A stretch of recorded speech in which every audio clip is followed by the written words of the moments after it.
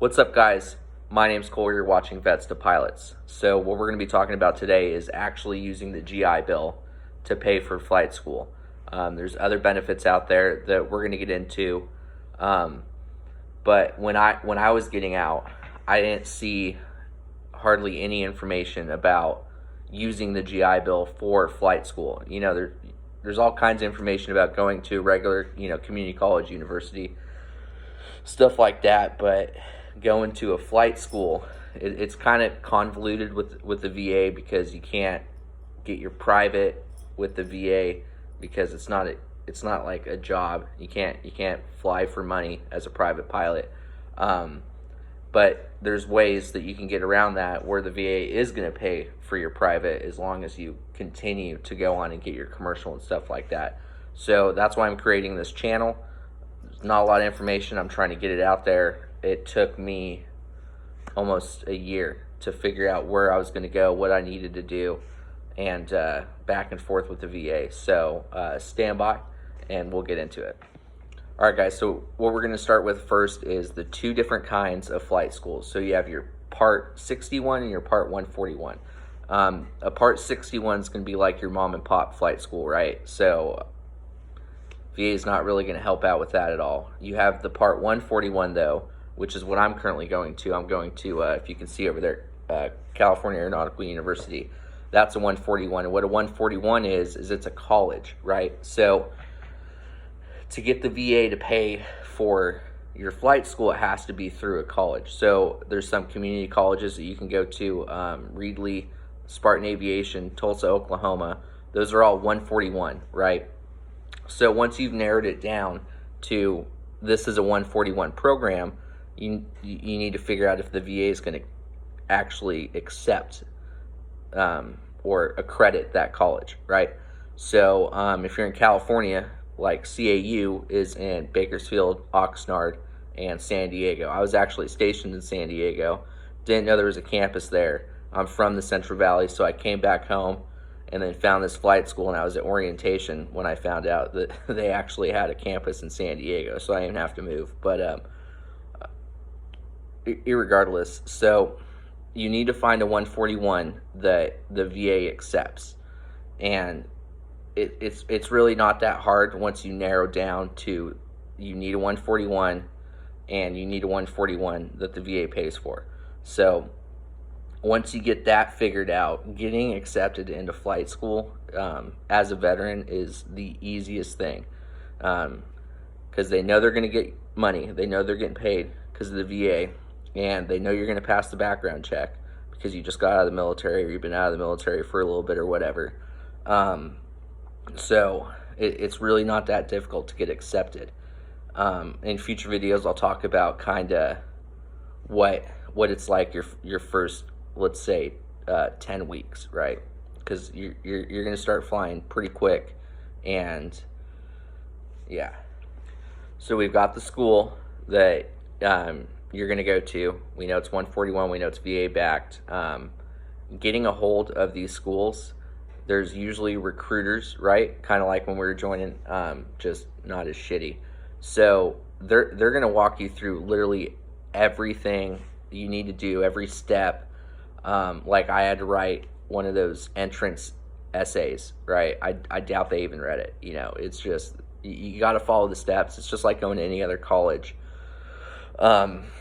And then the VA, I would say, is the hardest part, even though it's not really hard. It's just because the VA, they leave out a lot of information, and I don't think it's on purpose. I think it's just so complicated. But so for my experience, right, I told the school, all right, hey, I'm a veteran. I don't know how to use these benefits, but I've got them. So I went to the VA website and applied for it, said this is the school I'm going to. Once they, Okay, so you pick your school. Once you know it's accredited by the VA, that's literally probably the most time-consuming part, is Googling and looking up all these flight schools and calling them and seeing if they're accredited by the VA. But you found one, right? So you have to go to the VA website and apply for your education benefits. So if you got the Montgomery, you can use the Montgomery. It's not going to cover as much as the post 9/11. I'm using the post 9/11 currently. When you apply for the post 9/11 and you qualify for the Montgomery, it's going to say that you need to relinquish one of the benefits, right? So that doesn't necessarily mean you lose the Montgomery. It just means that you're electing to use the post 9/11.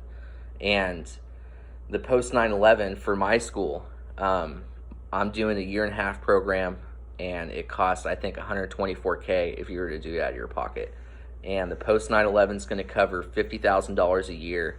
And even though I'm only there for that last 6 months for the 1.5-year program, it's still going to cover pretty much, I think, $100K.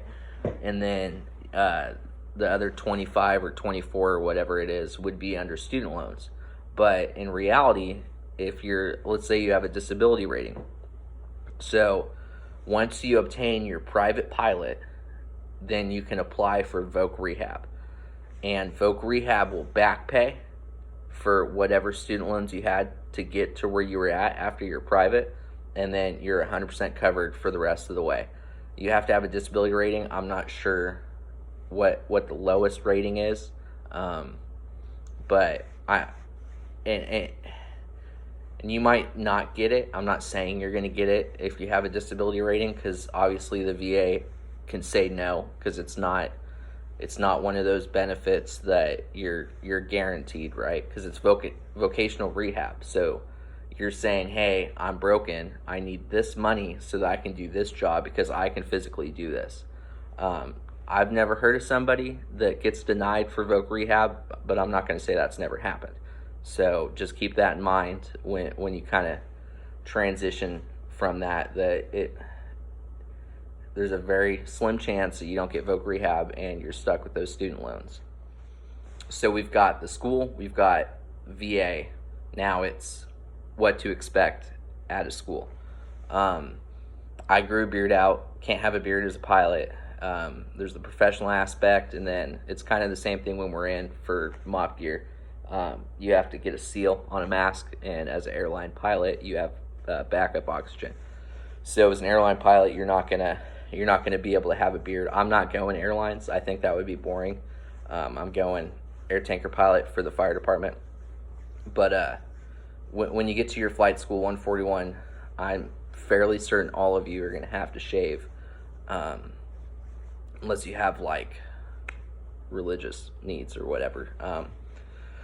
But expect that. So that kind of screwed a lot of us veterans off. We got a little pissed off about that, but we're getting a free education and free licenses to fly planes as a job. So if they want me to shave, I'm gonna shave. So I'm not gonna make a fuss about that. And then you've got regular school, right? So you're not just going there and flying a plane every day. You're gonna have your English, math, psychology classes, just like for any other degree that you were going for. So all right, guys, so that's pretty much it. If you could do me a favor and like and subscribe so we can get this out to more veterans. If you have any questions, leave it in the comments below. I'll probably be uploading maybe once, twice a week. So if you subscribe, I've got more information that's going to be coming out, more detailed into like the VA and how all that stuff works. And probably talk about the BDD program too, since we kind of hit on voc rehab stuff. So thanks for watching, guys.